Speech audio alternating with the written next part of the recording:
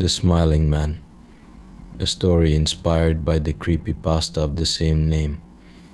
Being alone at home at night was something I usually found peaceful, but tonight felt different. The silence seemed heavier, the shadows darker. As I sat in my living room, reading a book, a strange unease crept over me. I tried to shake it off, blaming it on the horror movie I had watched earlier.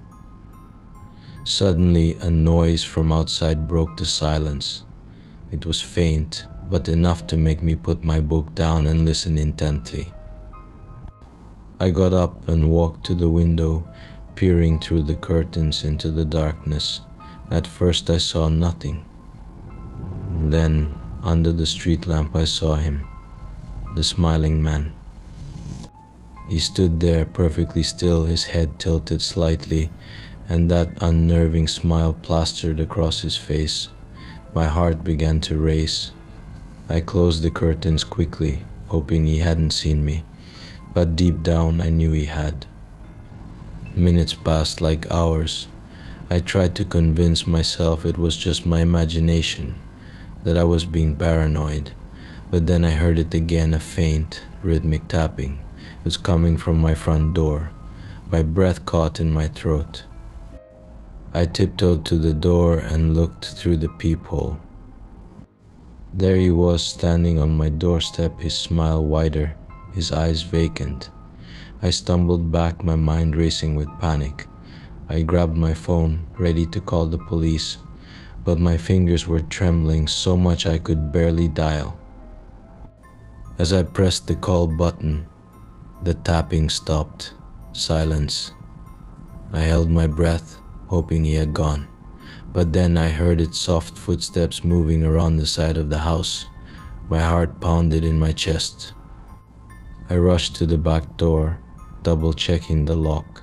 The footsteps stopped, and for a moment there was only silence. Then I heard a soft, eerie humming. It was coming from the window. I forced myself to look. The Smiling Man was there, peering in, his eyes locked on mine. He raised a hand and waved slowly, his smile never wavering. Panic took over. I backed away, grabbing the nearest object, a kitchen knife. I held it in front of me, my hands shaking uncontrollably.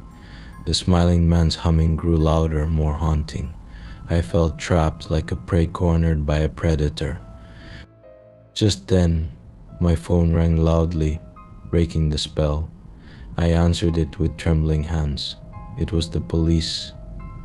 They were on their way. I stayed on the line, trying to keep my voice steady as I described the situation. Minutes felt like hours until I finally heard the sound of sirens approaching. The Smiling Man's humming stopped abruptly. I dared to look out the window again. He was gone, vanished into the night as if he had never been there. The police arrived and searched the area, but they found nothing. No signs of the Smiling Man. They assured me they would keep an eye on the neighborhood, but their words did little to calm my nerves. I knew that somewhere out there, the Smiling Man was still wandering, his eerie smile waiting to find someone else alone at night. And as I sat there, the realization hit me I would never feel truly safe in my own home again.